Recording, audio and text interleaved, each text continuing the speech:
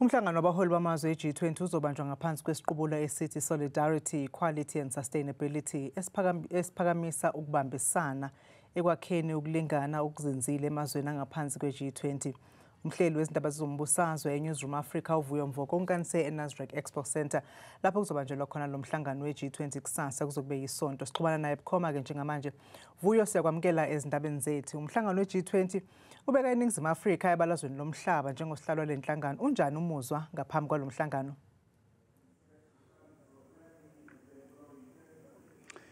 Zonke izinto zime ngomumo nanjengoko usitsho amalungiselelo sele ebucala sele egqitywa zonke izinto kuyabonakala okubana le summit eneneni iyaqala ngomso. Uyayibona ngendlela izinto ezime ngayo apha sithetha nje ongunobhala jikelele we-United Nations uAntonio Guterres ubambe inkomfa yonondwaba right in front of me phambi kwami nalapho agxininisa ekubeni unqwenela okokubana ezinkokheli zizawudibana apha ngomso nangecawa ukhankanye amagama afana no change, amagama afana no action. Uthi uyathemba okokubana le ngqungquthela eneneni izazwa notshintsho kwilizwe kwihlabathi jikelele. Uyathemba okokuba ezinkokheli zizawuzikhomita ekubeni zize notshintsho ingakumbi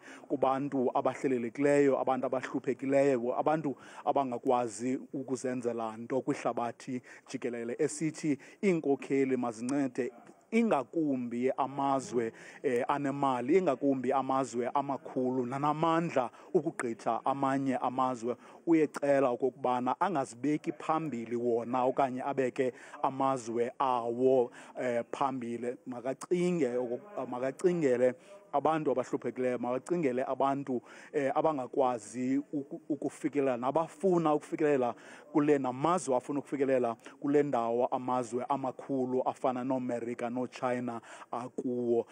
Egxininisa ke ekubeni mabenze loo nto leyo iinkokheli ezizawudibana apha ngomso zingazibeki phambili zona okanye zibeke amazwe wawo ngaphambili. Mazicingele iindawo namazwe ahlelelekileyo nahluphekileyo. Esitsho kananjalo okokubana makucingwele nabantu abaphila phantsi kwemfazwe abafana no-Ukraine, ikwi-Middle East, eGaza nakwindawo ezifana noSudan nalapho kusekho iimfazwe eziqubayo. Umyalezo awudlulisayo kumazwe onke jikelele kule nkomfa ayibambileyo nesasazwa jikelele ngamazwe amaninzi sithetha nje.